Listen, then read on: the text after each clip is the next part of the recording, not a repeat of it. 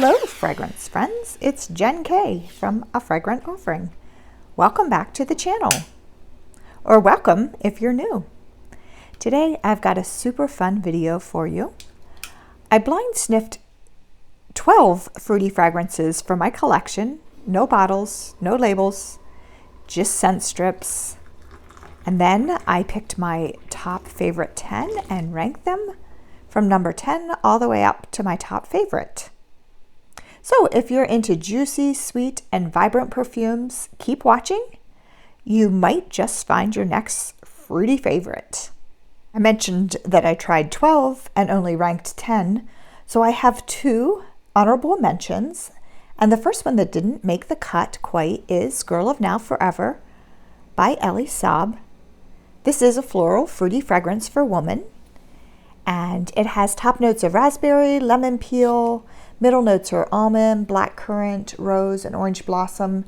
And then in the base, there's vanilla, patchouli, cashmere, and musk. Sniffing it this time, I think it was the lemon peel in the top that I really don't love. I enjoy the original Girl of Now much better than this one for whatever reason. It is pretty, but it's one that I just don't reach for.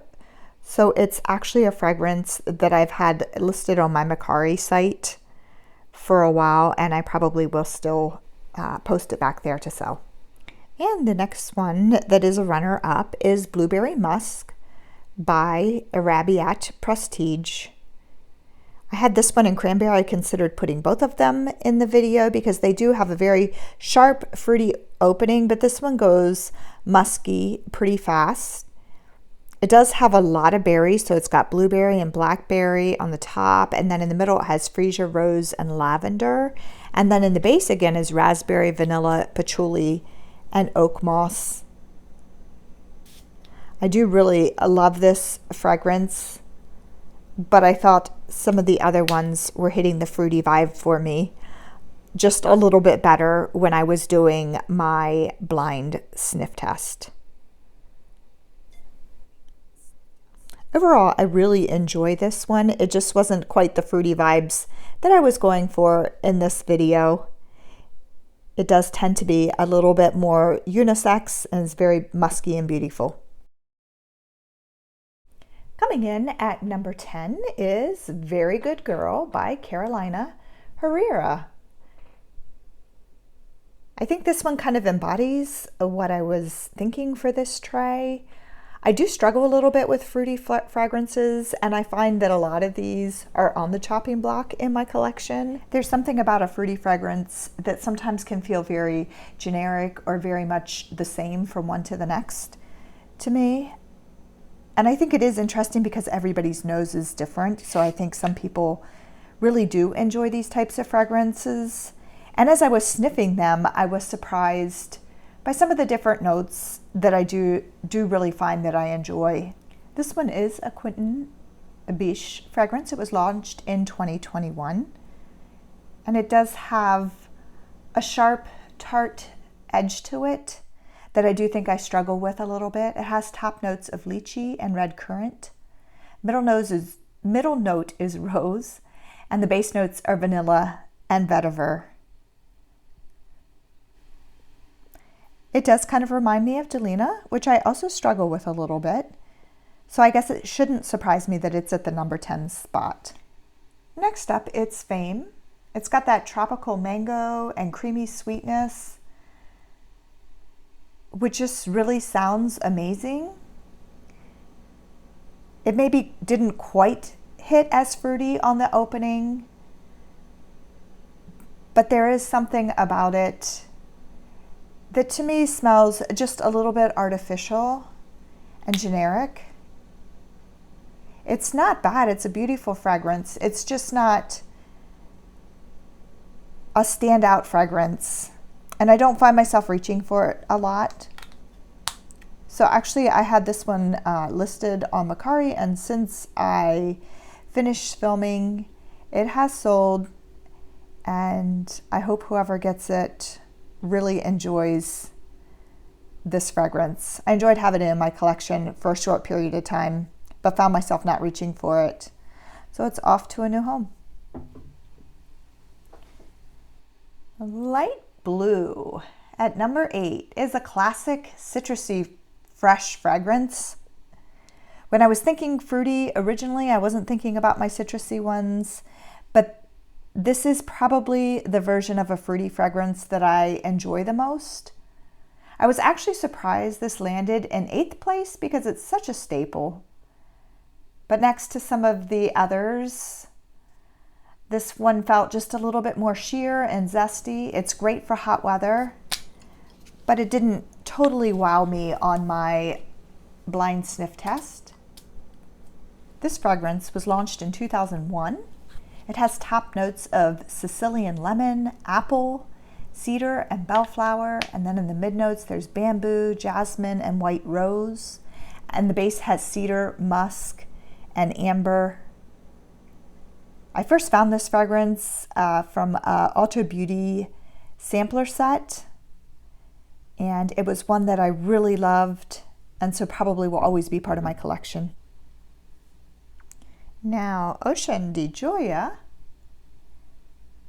by Giorgio Armani. This one is bright and breezy. It has a pear and citrus opening that's really uplifting.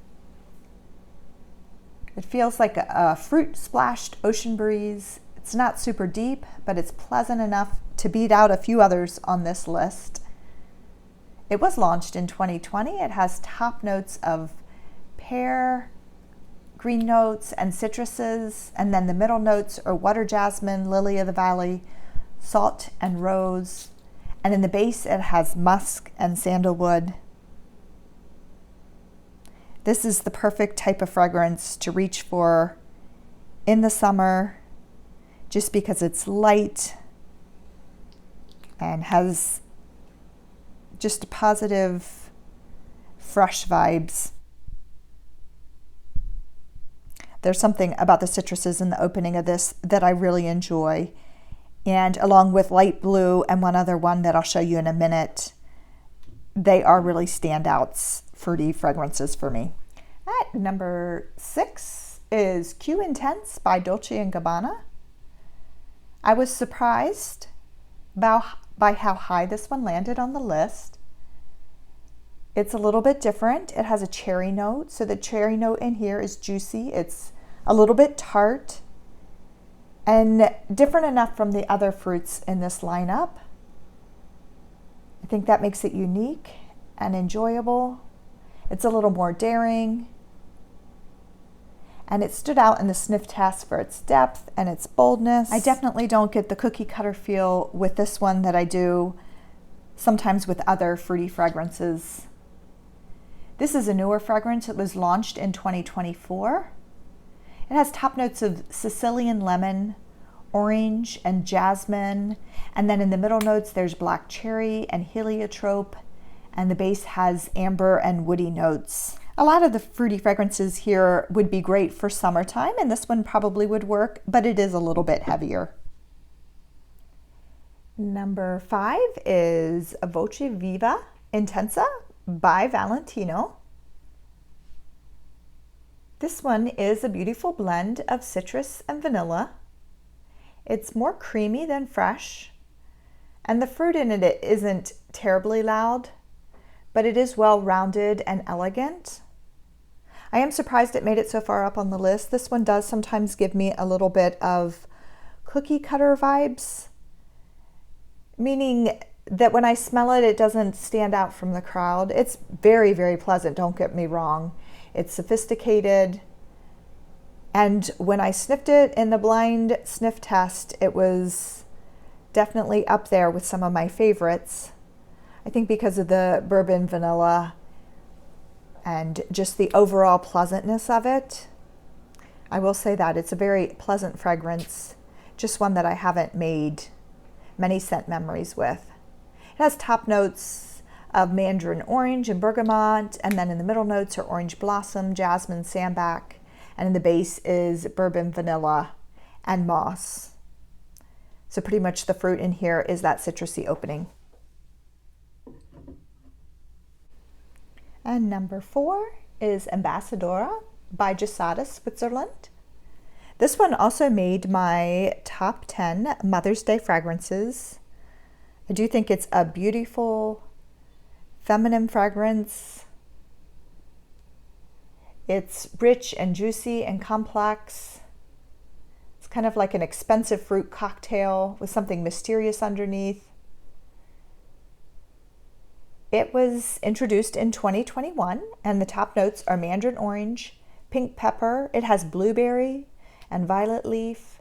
Middle notes are orange blossom, jasmine, cashmere wood, and freesia. And then in the base, it has vanilla, musk, sugar, sandalwood, and vetiver. So it's definitely not only a fruity fragrance. It does have that fruity opening,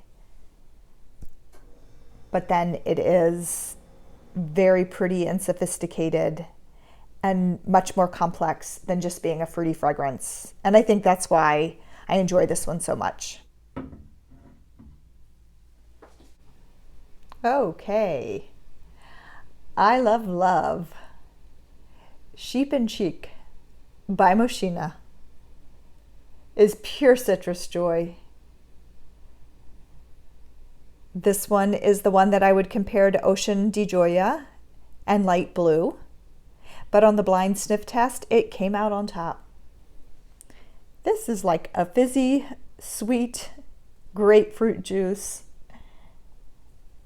There's a very happy vibe to it that instantly lifts your mood. Blind sniffing it made me smile, and I was like, yes, this is fruity done right. It's a very fun fragrance.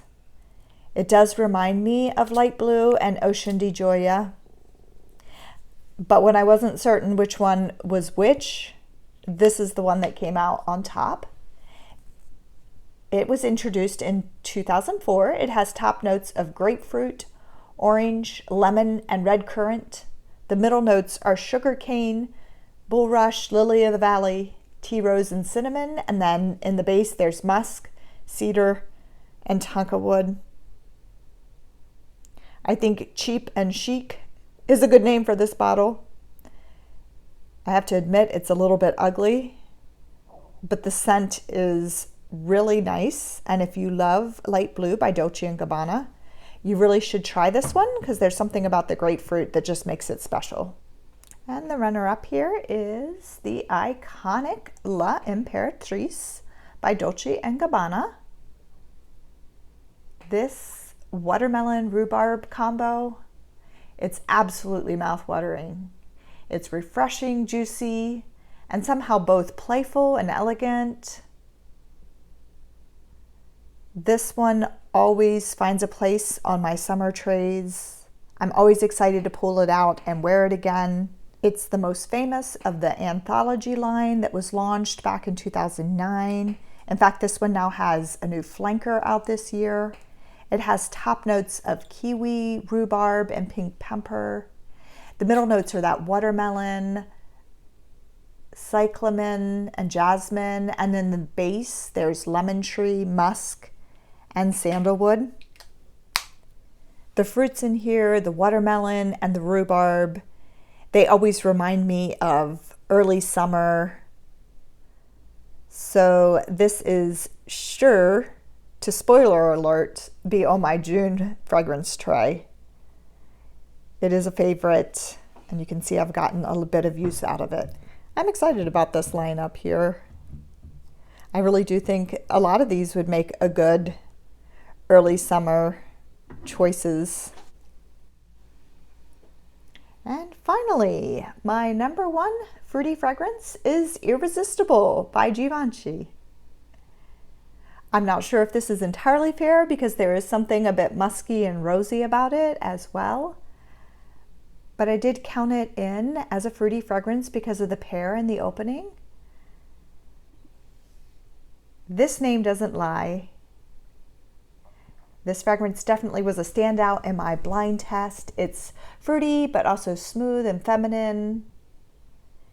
Pear, rose, a bit of musk. It's just beautiful, addictive, and so well blended. This fragrance is living on my May fragrance tray, and I'm super excited to be wearing it right now. It was introduced in 2020. It has top notes are pear and ambrette. Middle notes are rose and iris. And in the base, it has musk and Virginia cedar.